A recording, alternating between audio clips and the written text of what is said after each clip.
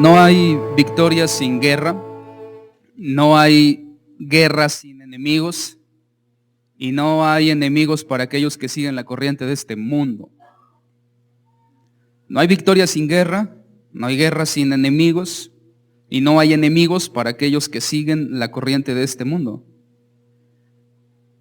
Eso nos coloca en un lugar muy comprometedor a nosotros como creyentes y aquellos a quienes han decidido no seguir la corriente de este mundo, aquellos para quienes hacer la voluntad de Dios es su único anhelo.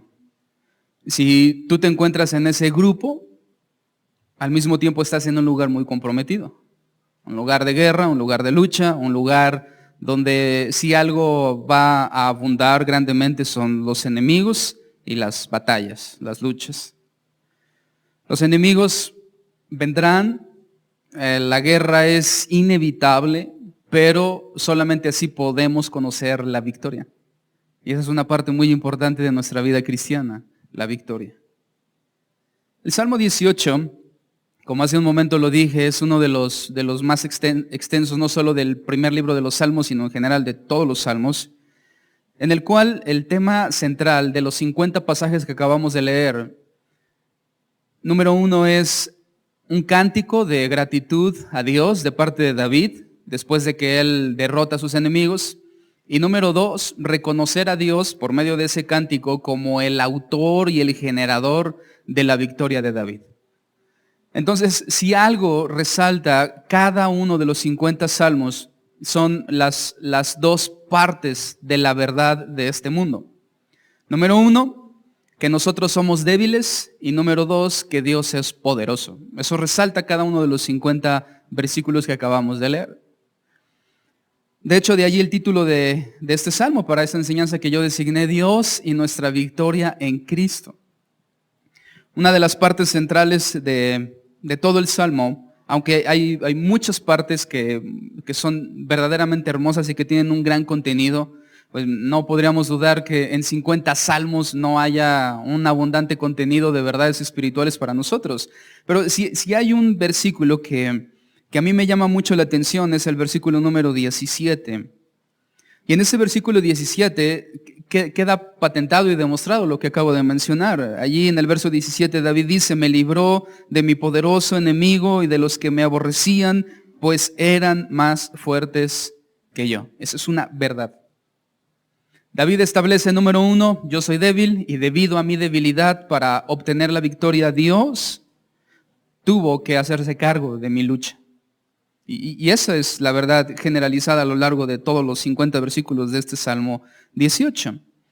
Entonces allí sería totalmente imposible y tal vez hasta engreído de mi parte tratar de tener una enseñanza donde vea los 50 versículos en una sola hora.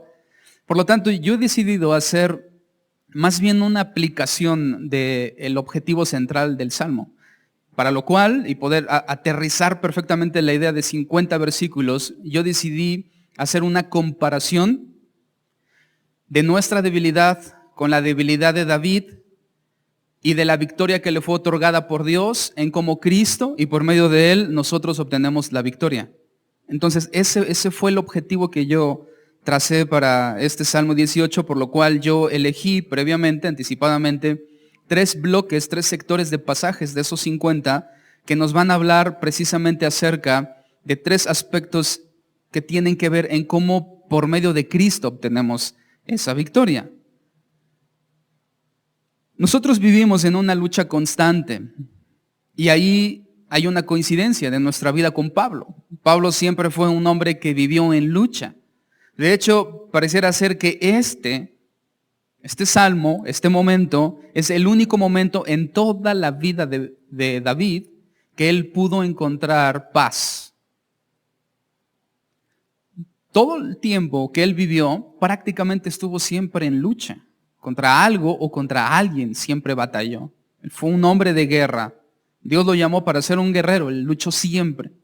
Pero si hay un momento en el cual David pudo sentarse un poco, tomarse un respiro y disfrutar de la victoria, fue justo este momento en el Salmo 18. Y eso lo hace muy interesante para nosotros porque lo marca como una metáfora de un breve momento en cómo será nuestra eternidad en Cristo, una eternidad disfrutando la victoria obtenida por nuestro propio Señor Jesucristo para nosotros. Entonces, eso se vuelve importante también para nuestra vida. Si vivimos en una lucha constante, eso significa que también está a nuestro alcance una victoria constante. Pero, por el otro lado, derrotas constantes también. A esa lucha espiritual que todo creyente tiene que enfrentar, Pablo le llamaba la buena batalla de la fe. Buena batalla de la fe. Si algo es cierto, es que las guerras no son buenas, las guerras son malas, lo único que provoca son lágrimas y muerte y sangre. Sin embargo, cuando Pablo habla acerca de nuestra responsabilidad de luchar por una victoria espiritual, Pablo llama a esa batalla buena batalla de la fe. En ese sentido, nosotros, antes de comenzar con David, nosotros enfrentamos tres principales enemigos. David también tenía sus enemigos. Él menciona a un grupo amplio y luego menciona como principal enemigo a Saúl. Nosotros también tenemos enemigos. Tenemos un enemigo interno, que es la carne. Tenemos un enemigo externo, que es el mundo. Y tenemos un enemigo espiritual, que es Satanás y todas sus huestes de maldad. Entonces tenemos tres enemigos y tenemos tres flancos sobre los cuales nosotros tendremos que estar luchando y peleando esta buena batalla de la fe. Vamos a luchar con nosotros mismos, vamos a luchar con el mundo y vamos a luchar contra Satanás. Desde luego, al saber que tenemos que luchar, creo que de inicio lo primero que viene al corazón de un soldado es miedo o temor, porque su vida está en riesgo y es una realidad también para nosotros. Esta es una lucha en la cual, conforme vayamos avanzando, incluso en el tiempo, nos vamos a poder percatar cómo muchos de los que iniciamos no terminarán.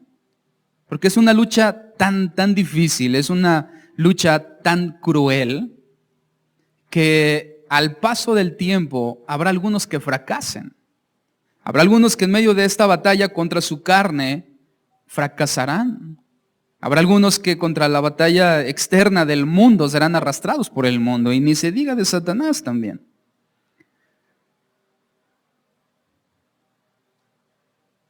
Es bueno que nosotros podamos ver y podamos aprender de hombres que alcanzaron la victoria, en este caso David, sobre sus enemigos, y ver cuál fue la clave de su victoria.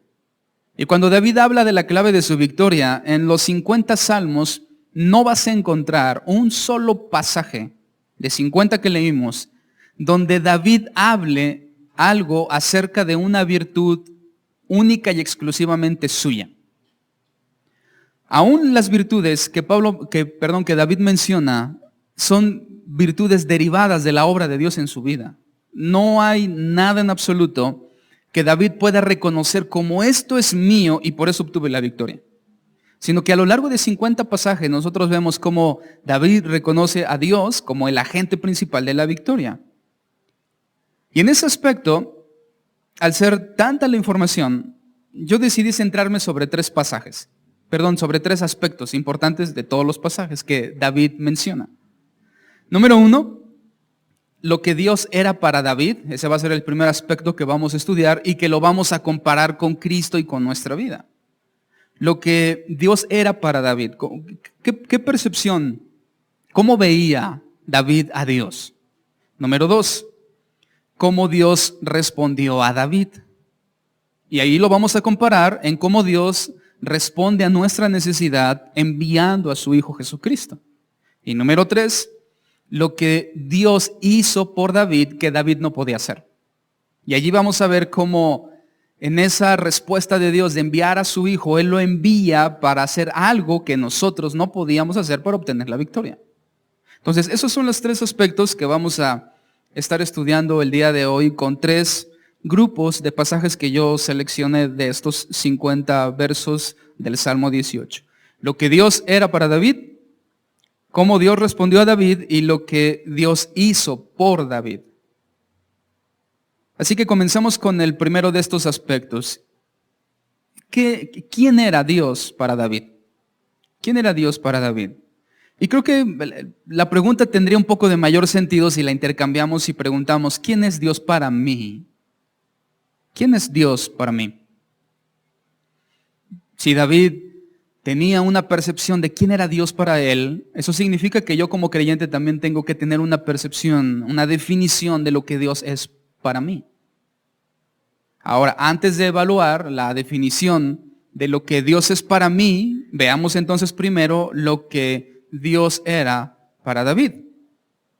Y cuando vemos esa respuesta, lo primero que nos vamos a encontrar es una frase en el versículo número 1 que dice, te amo Jehová.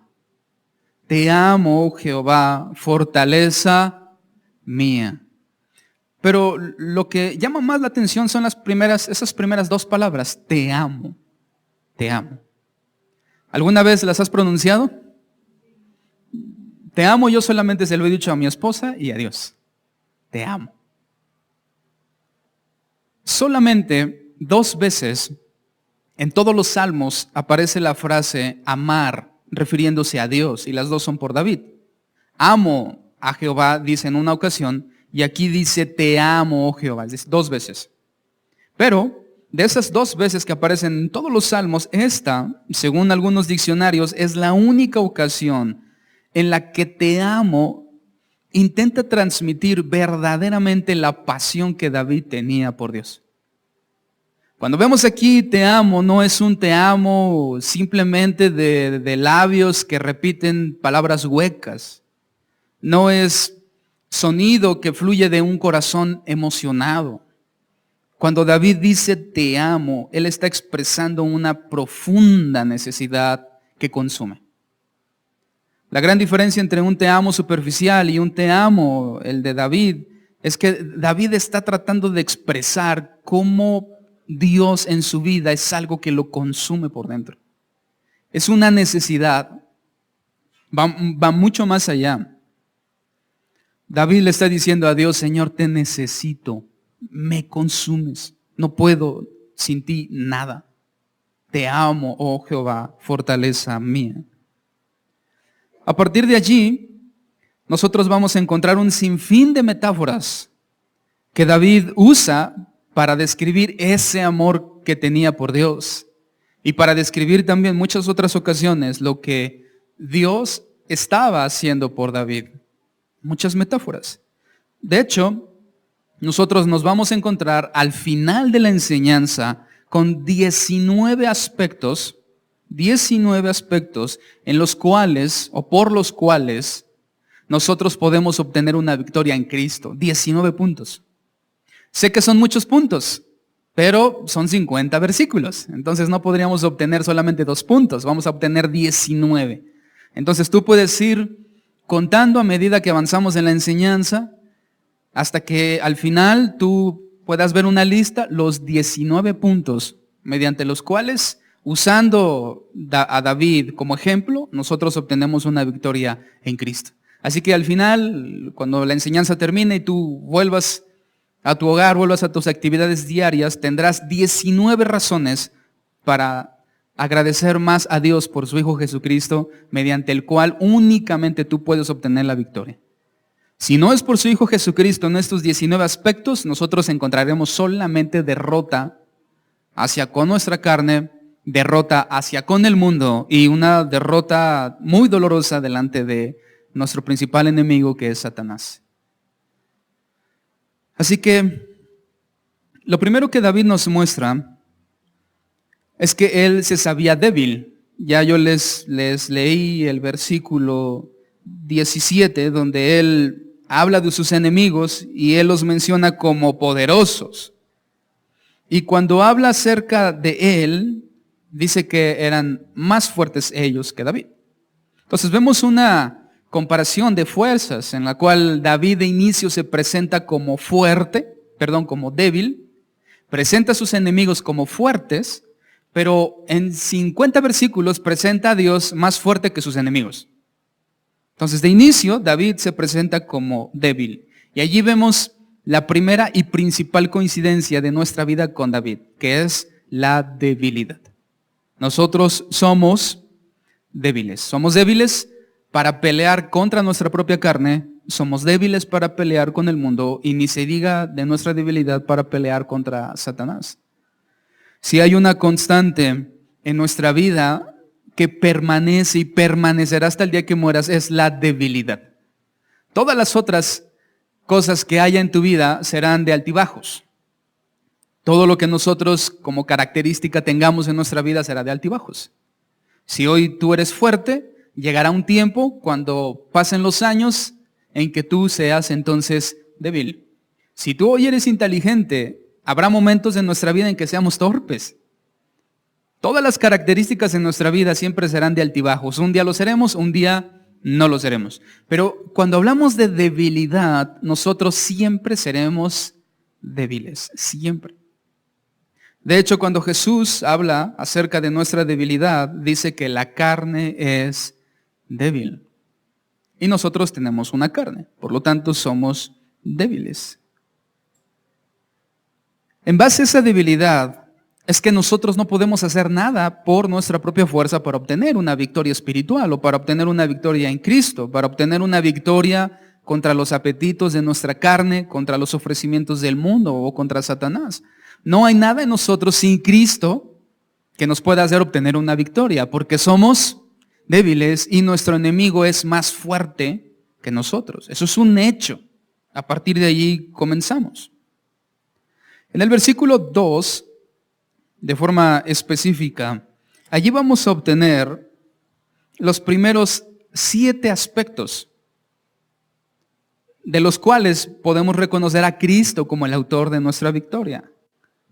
En estos 7 puntos primeros, David los usa para describir lo que Dios era para él. Desde luego tampoco David tiene una respuesta simple, sino que David, siendo un poeta y un músico, él usa poesía para describirnos, Dios es para mí esto. Y David menciona 7 metáforas de lo que Dios era para David. Versículo número 2, si quieres puedes ir marcando cada una de ellas. David comienza diciendo, Jehová, roca, número 1, es la primera metáfora. Jehová, roca mía. Número 2, castillo mío. Y mi, número 3, libertador. Dios mío. Número 4, fortaleza mía. En él confiaré. Número 5, mi escudo. Número 6, la fuerza de mi salvación. Mi alto, número 7, refugio. Invocaré a Jehová, quien es digno de ser alabado, y seré entonces salvo de mis enemigos. Entonces, cuando David nos menciona y describe lo que Dios es para David en su vida espiritual, él menciona 7 cosas: roca, castillo, libertador, fortaleza, escudo, fuerza y refugio. ¿Sabes qué tienen en coincidencia las 7 metáforas? Que las 7 metáforas son antónimos de la palabra debilidad. Es decir, son metáforas opuestas a la descripción de debilidad, son lo contrario. Porque David está mostrándonos cómo Dios fue quien hizo a un lado de la debilidad de David para mostrarse como roca, para mostrarse como castillo, libertador, fortaleza, escudo, fuerza y refugio. Son aspectos que engrandecen a Dios como poderoso, pero que al mismo tiempo establecen a David en su lugar de debilidad. David está diciendo, yo soy débil, y como soy débil, yo necesito un escudo. Porque si yo fuera indestructible, entonces no necesitaría un escudo. Pero ¿cuántos aquí son indestructibles? Nadie. Entonces necesitamos escudo. Necesitamos fortaleza. Necesitamos fuerza. Necesitamos refugio. Lo maravilloso del asunto es que cada una de esas 7 metáforas son total y directamente aplicables también a Cristo.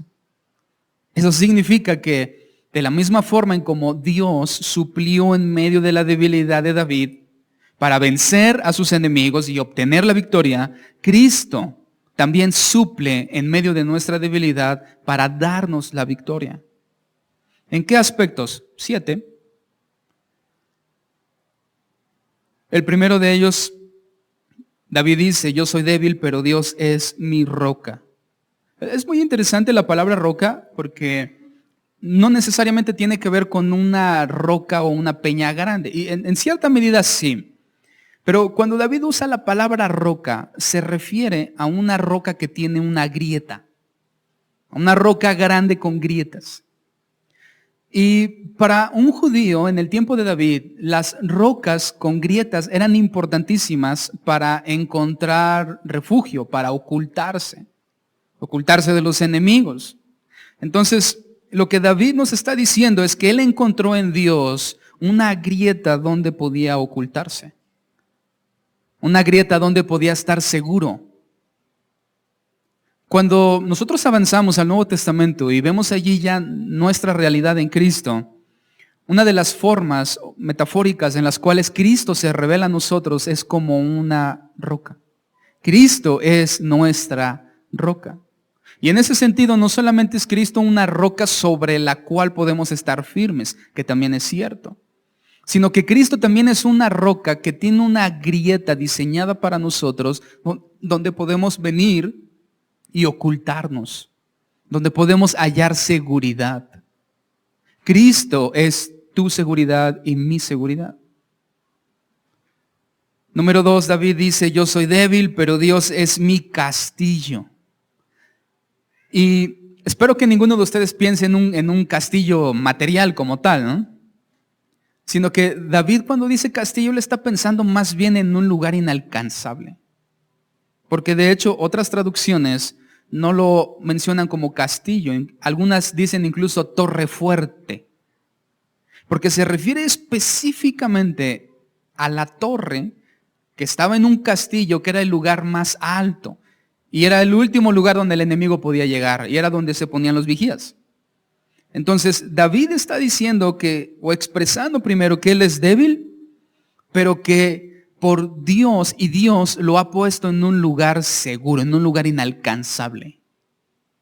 Y creo que para nadie es tan buena noticia saber que está en un lugar inalcanzable como para aquel que es débil. Eso es una muy buena noticia para nosotros.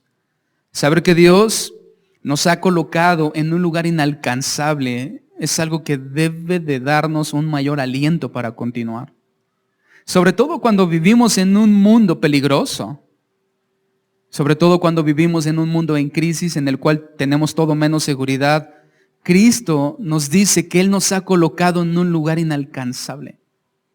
Y creo que para todos aquellos que amamos a alguien, el cual o la cual nos daría muchísima pena y pesar perder, quisiéramos que esa persona que amamos estuviera en un lugar inalcanzable. ¿Cuántos de los que están aquí quisieran tener a alguien que aman en ese lugar inalcanzable? Cuando David se expresa de Dios, él está diciendo, no solamente yo amo a Dios, Dios me ama a mí. Y Dios me ha amado tanto que Él me ha puesto en un lugar inalcanzable. Y hay quien puede pensar, bueno, pero si nosotros sabemos la vida de David, sabríamos que él estuvo en muchos lugares menos en uno que fuera inalcanzable. Porque él sufrió mucho, porque tuvo muchos enemigos, porque padeció, porque tuvo derrotas también. Pero en Cristo, nosotros hablamos de un lugar eterno inalcanzable. Aunque una realidad que Cristo menciona es que Él nos tiene en el hueco de su mano y que allí nadie nos va a arrebatar. Estamos en un lugar seguro, estamos en un castillo, Cristo es nuestro castillo. Y de allí nadie nos va a tomar una vez que Él ha hecho el rescate por nuestra vida y nosotros hemos respondido a ese rescate con fe en Él. Estamos en un lugar inalcanzable. Inalcanzable desde luego a la eternidad, que es lo más importante para nosotros. Número 3, David dice, yo soy débil, pero Dios es mi libertador.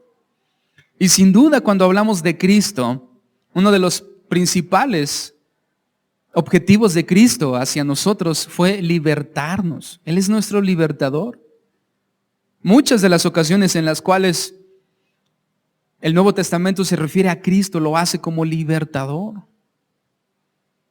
Y de nada nos sirve un libertador si nosotros ya somos libres desde antes que Él llegue. Un libertador solamente es útil cuando estamos esclavos. Y es precisamente en la condición de debilidad en la cual Cristo nos halló siendo esclavos, pero Él nos hizo libres.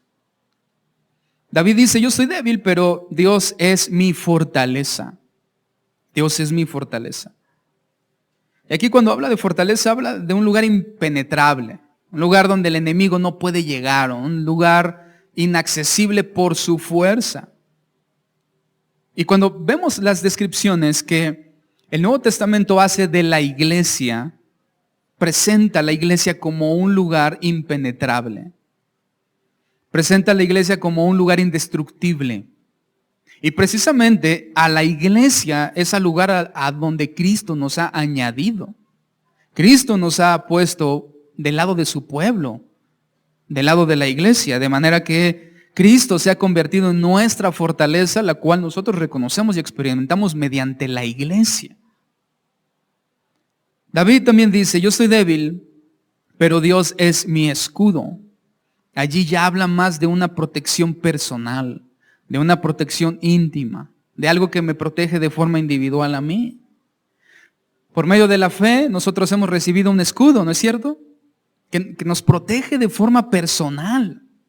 Un escudo diseñado para protegerte a ti en tus debilidades. No es un escudo que se ha forjado en masa, que se distribuye de forma generalizada a todos, sino que Cristo nos ha dado un escudo diseñado específicamente para tu debilidad, en el cual nosotros mediante la fe podemos vencer nuestras propias debilidades. Yo soy débil, pero Dios es mi fuerza.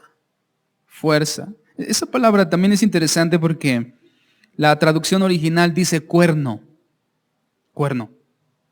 Lo cual en la traducción sería un poco extraño porque diría que Dios fue el cuerno de David. Pero si hacemos una lectura un poco más amplia, vamos a poder saber que cuando la Biblia se refiere a cuerno, habla de autoridad y poder. De forma metafórica, por supuesto. Recuerda que David está siendo un poeta aquí. Él no está hablando de un cuerno como un unicornio, es decir, tú no eres un unicornio, ¿no? Él no está hablando de ese tipo de cuerno. David está diciendo, Dios es y me ha dado poder y autoridad. Ahora, cuando vemos nuestra vida en Cristo, ¿qué es lo que Cristo nos ha dado por medio de su nombre? Esas dos cosas. Nos ha dado poder y nos ha dado autoridad. Así que tú tienes un cuerno que has recibido mediante Cristo. Poder y autoridad. Ahora la pregunta sería, ¿poder y autoridad para qué? Porque el poder y la autoridad se puede usar para muchas cosas. Se puede usar tanto para hacer el mal como para hacer el bien. Se puede usar bajo muchas circunstancias. Y a veces el creyente se confunde y cree que cuando recibe poder y autoridad de Cristo lo es para gobernar el mundo y las naciones. Y no es cierto.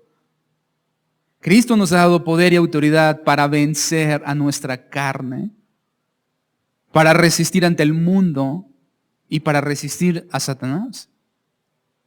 No nos ha dado poder y autoridad para hacer lo que se nos venga en gana, sino para obtener la victoria mediante Cristo. Yo soy débil, pero Dios es mi refugio, un lugar seguro. En el Antiguo Testamento hay una referencia directa a esto, que se conoce como ciudades de refugio. Tal vez tú has leído acerca de ellas. Una de las funciones de las ciudades de refugio, o la función tal vez principal que se tenía, era que cuando una persona del pueblo, desde luego, cometía un error, recuerdas que había su contraparte, que era el vengador de la sangre.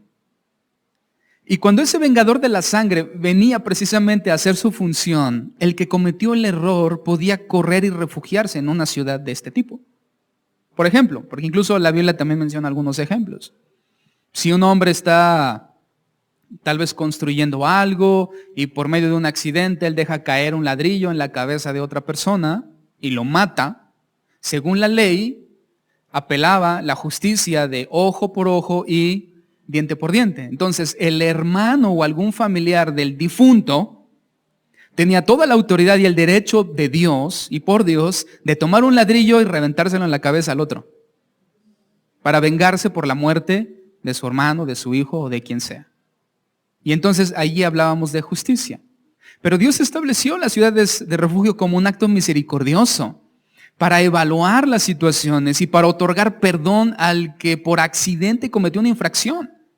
Entonces, la persona que dejó caer el ladrillo, cuando se dio cuenta que había matado a alguien, él tenía que salir corriendo a la ciudad de refugio. Porque cuando se enterara el familiar del difunto, ¿qué iba a hacer él? Salir corriendo sobre el que le dejó caer el ladrillo.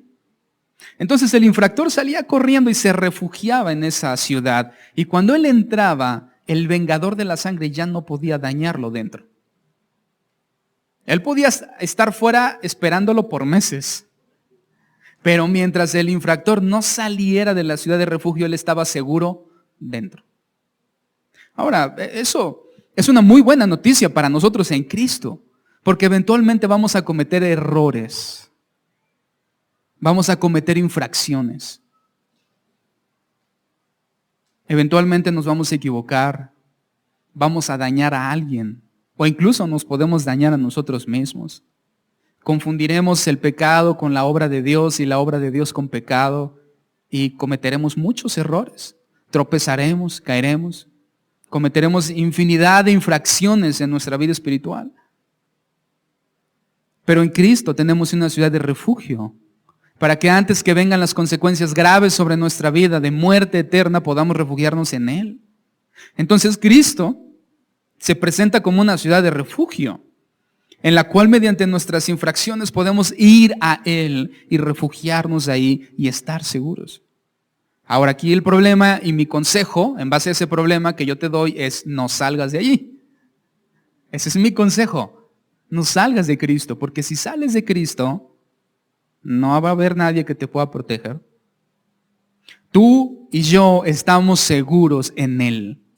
Fuera de Él no hay garantía. Segundo aspecto, hasta aquí ya llevamos 7 puntos en los cuales y mediante los cuales vemos cómo por Cristo obtenemos la victoria en nuestra vida espiritual, ante la carne, el mundo y Satanás. Número 2, ¿cómo respondió Dios a David? Es decir, cuando David expresa su necesidad en base a su debilidad de ayuda de Dios para enfrentar a sus enemigos, ¿cómo respondió Dios a David? Verso 4, mira, comienza desde allí. Y David expresa un poco su condición. Me rodearon ligaduras de muerte. Es decir, David no estaba enfrentando una fiesta, estaba en una situación complicada, de muerte. Y torrentes de perversidad me atemorizaron. Todo es un lenguaje poético. No te imagines una fuente de donde salen hombres malos, ¿no? Sino poéticamente está diciendo torrentes en abundancia, un torrente de agua, algo que sale en grandes cantidades de perversidad me atemorizaron. Ligaduras del Seol me rodearon, es decir, que desde el centro de la tierra, desde el Seol, ligaron a David y lo jalaban.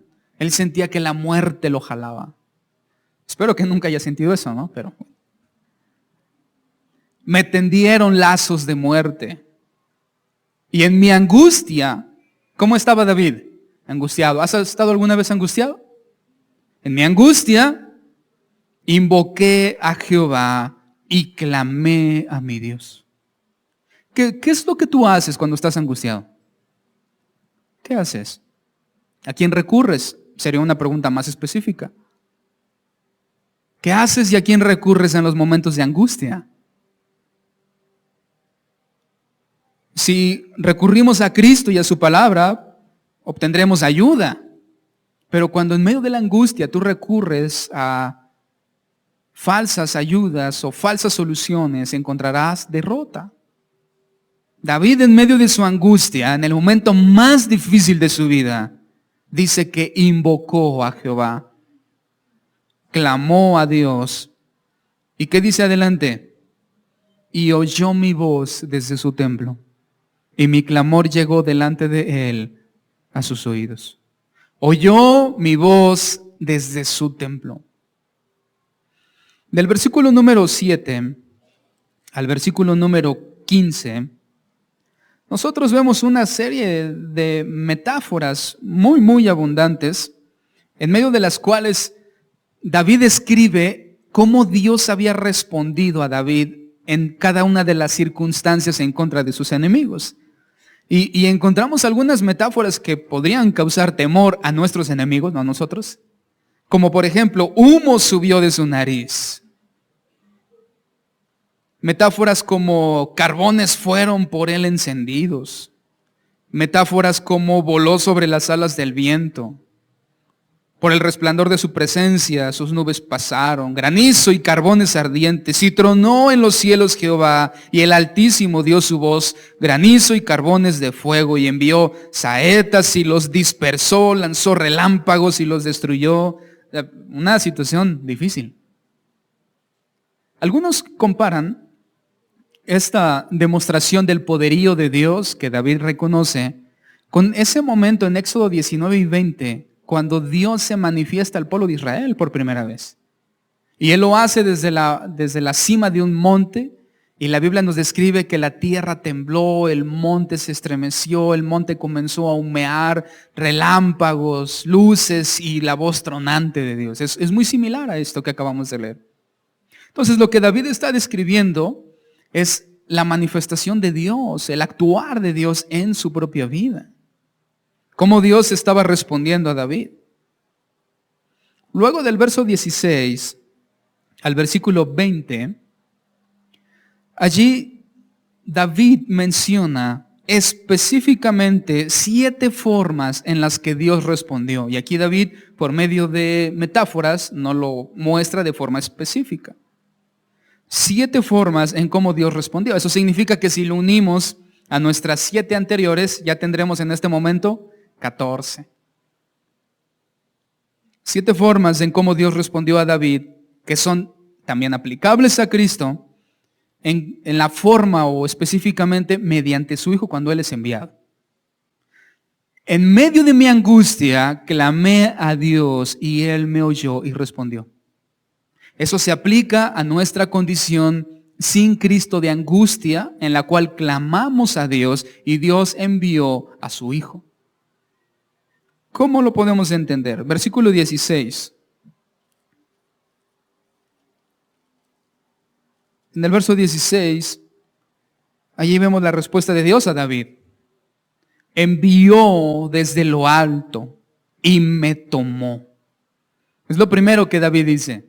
Dios envió desde lo alto y me tomó. Esa palabra me tomó es mejor traducida como recibir.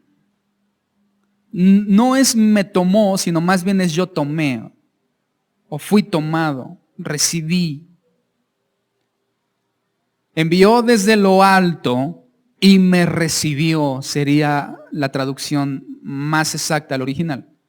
Envió desde lo alto y me recibió. Eso significa como que envió a alguien por David y luego ese alguien trajo a David delante de Dios y Dios lo recibió.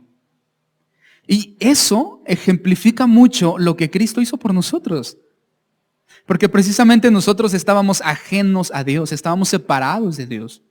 Y entonces en esa angustia de una vida miserable y vacía, Dios respondió, envió desde lo alto a su Hijo y por medio de su Hijo, Él nos trae nuevamente al Padre y el Padre nos recibe. Es la función de Cristo. En el Nuevo Testamento ya Pablo dice que Dios nos hizo aceptos en el amado.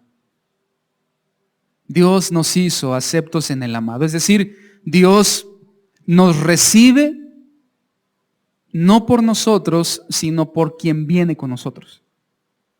Hay una gran diferencia entre acercarte al Padre solo y acercarte al Padre mediante Cristo. Envió desde lo alto a su Hijo y por medio de su Hijo nos recibió. Me sacó de las muchas aguas. Esa palabra sacó habla de extraer algo y llevarlo a otro lugar. ¿Qué no acaso es lo mismo que Cristo hizo por nosotros cuando estábamos en el mundo? Él vino al mundo, Él vino a nosotros, nos tomó, nos extrajo y nos cambió de lugar. Nos trasladó de un lugar a otro. En Juan capítulo 14, verso 3, ahí solamente tómalo como nota. En Juan 14, verso 3, Jesús de su propia voz, Él dijo, si me fuere y os preparare lugar, vendré otra vez y os tomaré a mí mismo para que donde yo estoy, vosotros también estéis. Mismo lugar. Para que estemos con Él. Extraernos para llevarnos a Él. El verso 17 de Salmo 18, seguimos. Allí vemos el aspecto número 3. David dice, me libró de mi poderoso enemigo y de los que me aborrecían, pues eran más fuertes que yo. Esa palabra libró significa rescatar. David está diciendo, Dios me rescató de mi poderoso enemigo. ¿Quién era ese poderoso enemigo para David? Saúl. Y cuando vemos la comparación de fortaleza, sin duda que Saúl era mucho más fuerte que David. Saúl era el rey. Él tenía mucha más autoridad que David. Eso significa que sin Cristo nosotros estábamos bajo el reinado de un rey malo y con poder. Y no podíamos hacer nada más que tratar de ocultarnos de ese rey malo, pero aún así el rey malo siempre nos halla. Porque una vez que tú ves la historia de David, tú te vas a encontrar que David siempre huye. Pero algo que nosotros a veces ignoramos es que Saúl siempre lo encuentra. Siempre. Por unas o por otras siempre llegan a estar en el mismo lugar. Incluso en una ocasión se nos narra la historia en cómo David están en un oasis y luego él entra a una cueva y se ocultan, todos los soldados están pegados a la pared en la cueva y cuando Saúl entra, él no se percata que todos los soldados están en el fondo de la cueva ocultos y ahí estaba también David. Y entonces él entra y aunque Saúl no lo sabía, estaba en el mismo lugar que David. David siempre huía y Saúl siempre lo encontraba. Qué triste sin Cristo sería tener una vida así, ¿no crees? En la cual deseamos huir de nuestro enemigo, pero el enemigo siempre nos alcanza. Esa es la vida de alguien que no ha sido rescatado por Cristo. Porque la realidad, y nosotros pasamos por allí muchas veces, es que aunque haya un cierto regocijo perverso, malvado, en medio del pecado, y aunque la gente se goce en su maldad, aún así la gente no es feliz estando así. Aún así la gente intenta huir de su propia maldad, pero su maldad siempre los alcanza. No hay una sola persona que viva en su pecado y que esté feliz en su pecado. La gente está feliz cuando está ejecutando el pecado. Pero cuando pasan esos momentos de la ejecución práctica del pecado, todas las personas se sienten miserables y solas. Si no fuera así, hermanos, no habría tantos suicidios y tanta gente con depresión. Eso también debe de ser una lección para nosotros, porque a veces pensamos que los del mundo son más felices que nosotros porque no viven con tantas restricciones. Pero la realidad es que no es así. En el mundo, lo que nosotros consideramos como ausencias de restricción, la realidad es que es miseria y desolación. Y que no hay nada en medio de ese lugar que pueda ser placentero o fructífero para nadie. No solamente para nosotros, ni siquiera es fructífero para ellos. Y toda la gente en algún momento desea huir de su maldad, pero siempre son hallados. El adúltero, el delincuente, el inmoral, el blasfemo, todos desean huir en algún momento de sus propias mentiras, pero tarde o temprano sus mentiras, ¿qué sucede? Los alcanzan y enfrentan las consecuencias. Y entonces cuando el delincuente está boca abajo con las esposas y una rodilla de un policía sobre él, quisiera no estar allí. Pero su maldad los alcanza siempre, los encuentra siempre. Ahora nosotros que estamos en Cristo, la situación es totalmente diferente porque la maldad que nos encontraría encontró a Cristo. Y las consecuencias y la furia de esa maldad y de ese pecado no recayó sobre nosotros, recayó sobre Cristo.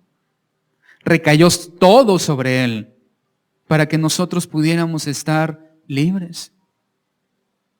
Él absorbió el pecado de todos nosotros y sus consecuencias eternas de destrucción.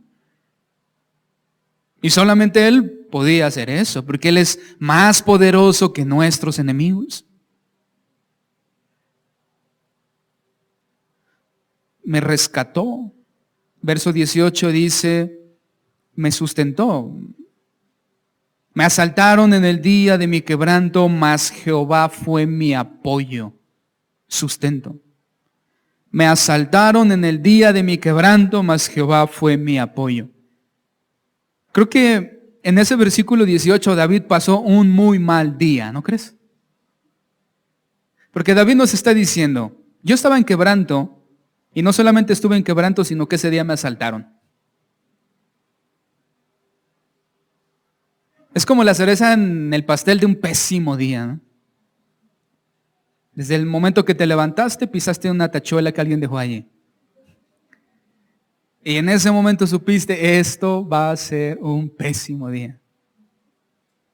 Te preparaste un café, se te olvidó que estaba caliente, te quemaste la lengua. Saliste a esperar el camión, te diste cuenta que se te olvidó la cartera. Regresaste a tu casa por la cartera, te subiste al autobús y el autobús chocó. Llegaste tarde, te regañaron, te indignaste y te despidieron. Saliste y mientras ibas triste y pesadumbrado a tu casa, ¿qué crees que pasó? Te asaltaron. ¡Qué pésimo día! David está diciendo, me asaltaron en el día de mi quebranto. Es como si me hubieran estado viendo desde arriba en el momento pésimo, en el pésimo más mayor del día de mi vida, y ese día todavía me asaltan. Es como mirar al cielo y decir, Señor, ¿ya qué más me vas a quitar? Quítame la vida. Y me basta. Vemos a David en un pésimo día. Pero dice, mas Jehová fue mi apoyo. Yo quisiera decirte que no vas a enfrentar malos días, pero la realidad es que pésimos días habrá muchos. Habrá días en los que tu corazón esté doliente y aún así vendrá sobre tu vida dolor tras dolor, aflicción tras aflicción, llanto tras llanto. Y será un muy mal día, tal vez un muy mal mes o un muy mal año. Pero aún en ese momento Cristo es nuestro apoyo. Y no consideres únicamente como un apoyo superficial, como una muleta. Es decir, Cristo no es nuestra muleta. Cristo es nuestro fundamento. David no está hablando de un Dios que únicamente viene a compensar las áreas únicamente donde David es débil. Eso sería una muleta. David está diciendo, Dios fue mi apoyo total en todo. Él fue mi fundamento, no como una muleta, como un fundamento, que si es removido todo desaparece. Me sacó al lugar espacioso, habla de libertad. Cristo nos ha hecho libres. A veces creo que nos faltaría un poco más repetir esa palabra para entender mejor su implicación en nuestra vida. Libres. Y sobre todo recordarla en los momentos de tropiezo en los cuales el pecado nos derriba. Recordar que eres libre. David no está diciendo que Dios lo hizo indestructible. David está diciendo que Dios lo hizo libre. Eso no nos deja exentos de derrotas, pero sí nos pone al alcance de la libertad. Y finalmente David dice, me libró porque se agradó de mí. Me libró, me salvó. ¿Qué no acaso Jesús es nuestro Salvador? Eso significa su nombre, Jesús, Salvador. Él nos ha salvado. Si David veía a Dios como Salvador, nosotros vemos a Cristo como nuestro Salvador. Son exactamente las mismas aplicaciones y comparaciones. Verso 20, Jehová me ha premiado conforme a mi justicia, conforme a la limpieza de mis manos me ha recompensado. Mira, todavía hasta recompensa recibiremos. Dime si Dios no es bueno. Todavía hasta recompensa mediante Cristo recibiremos. Cristo ha prometido recompensarnos.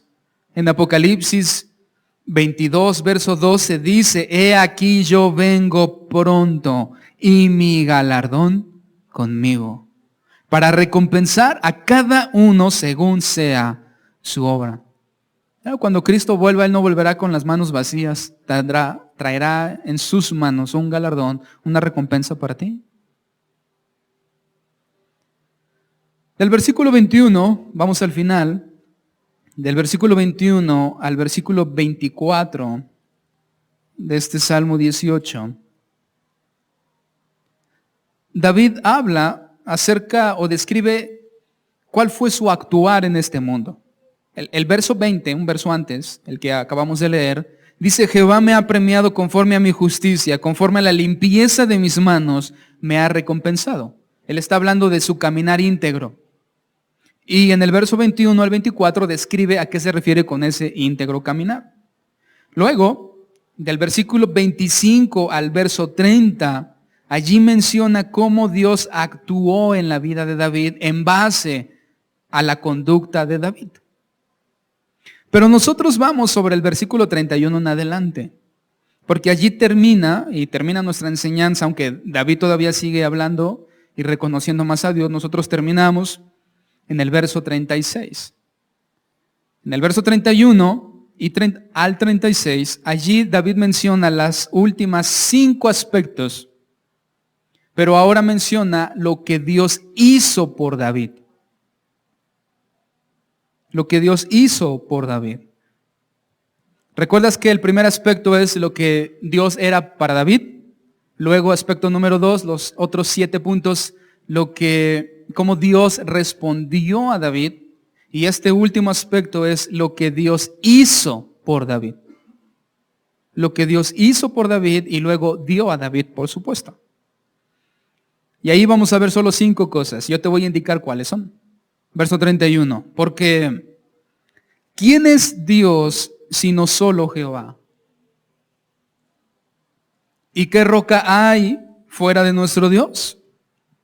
Dios es el que me ciñe de poder y quien hace, número 1, perfecto mi camino.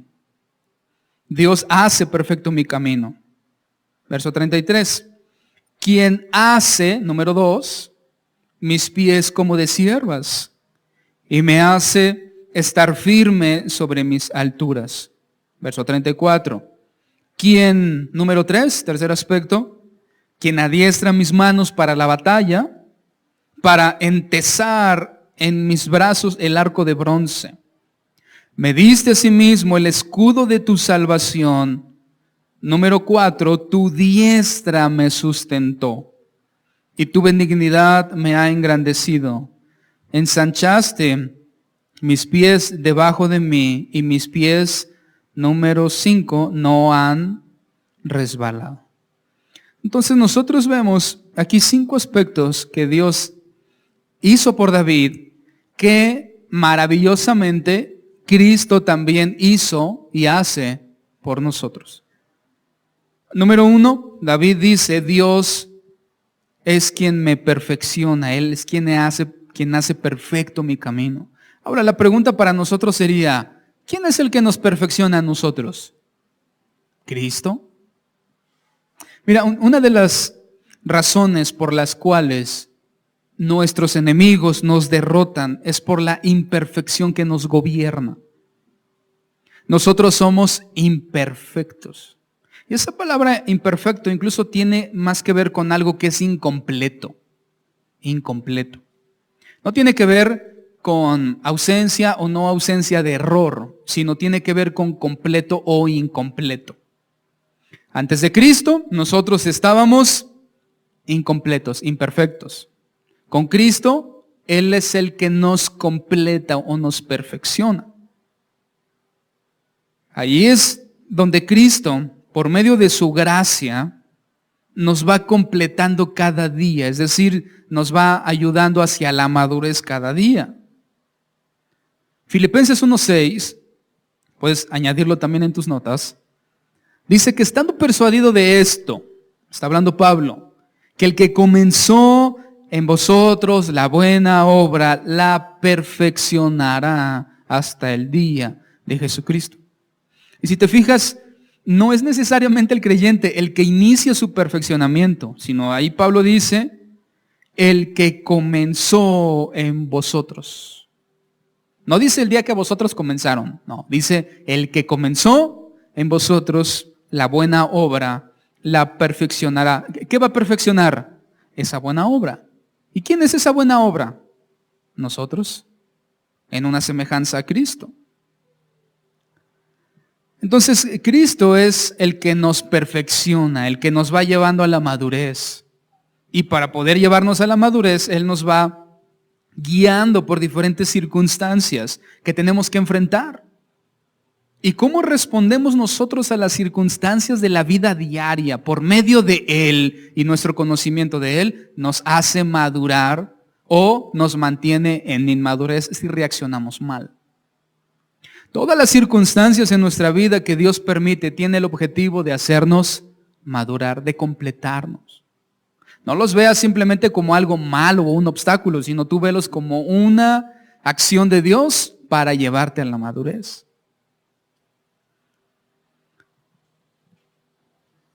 Luego Pablo dice, David dice, Cristo nos hace firmes. Y en específico, allí David usa una metáfora. Él dice que Dios es quien hizo sus pies como de siervas. Creo que a nadie le gustaría tener pies de siervo, ¿no? Pero cuando hablamos de algo metafórico, sí nos gustaría. Y en específico David se refiere a las siervas porque en Israel las siervas, en el tiempo de David, siervas no pienses en mujeres que sirven a Dios, ¿no? Sino en los animalitos, siervas. Las siervas tienen como peculiaridad que viven en los riscos, viven en los barrancos. En algún punto yo creo que tú has visto algún video de una sierva cómo va saltando en el desfiladero. Y salta de una pequeña hendidura, pone ahí, no sé, sabrá Dios cómo lo hace sus 4 patas, ¿no? Y no se cae. Y luego de allí salta a otro lugar, y de allí salta a otro lugar. Y luego hay quien le toma una foto y tú ves a la sierva ahí y dices, se va a morir la pobre, ¿no? Pero la realidad es que así viven. Saltan y saltan sobre los peñascos, sobre los desfiladeros, en las rocas, y siempre que saltan, nunca caen. Están firmes siempre. En cada paso que dan siempre encuentran firmeza, por muy complicado o empinado que esté el camino, la sierva siempre encuentra el lugar para llegar a la cima. Algo similar a eso es Cristo en nuestra vida. Cristo nos ayuda y nos hace tener pies como de siervas, para que a pesar de la dificultad y de lo inclinado que esté el camino, en cada paso que nosotros demos siempre estemos seguros en Cristo. Él es el que afirma nuestros pies. Él es el que nos hace resistir y mantenernos. Resistir y número 2, mantenerse. En el camino cristiano, en la misión de hacer la voluntad de Dios, estas dos son las cosas más importantes en las cuales tú tienes que enfocarte. Resistir y mantenerte. Porque son en las dos que la mayoría de personas fracasan. Si tú puedes pensar o meditar un poco en la misión más importante de tu vida en este mundo, sabiendo que glorificar a Dios es lo primordial, de allí se desprenden 2 misiones principales para tu vida. Número 1, que resistas, y número 2, que te mantengas. Resistir y mantenerse. Y el único que puede ayudarnos a resistir y a mantenernos, ¿quién crees que es? Cristo. No puedes resistir y mantenerte solo, necesitas a Cristo. Y en específico, Segunda de Tesalonicenses, capítulo 2, verso 15 dice: hermanos, estad firmes. Estad firmes. Bueno, sí, ya lo sabemos, resistir y mantenerse. Pero luego Pablo dice a los tesalonicenses: estad firmes y retened la doctrina que habéis aprendido. Eso significa que el aspecto específico mediante el cual nosotros podemos resistir y mantenernos es mediante la palabra de Dios, doctrina. ¿Qué tan importante es la doctrina, hermanos? Una iglesia, una familia, una ciudad, un país sin doctrina no resiste ni permanece. Si nosotros queremos que nuestra iglesia se mantenga al paso del tiempo, que resista, necesitamos la doctrina de Cristo. Es importantísimo.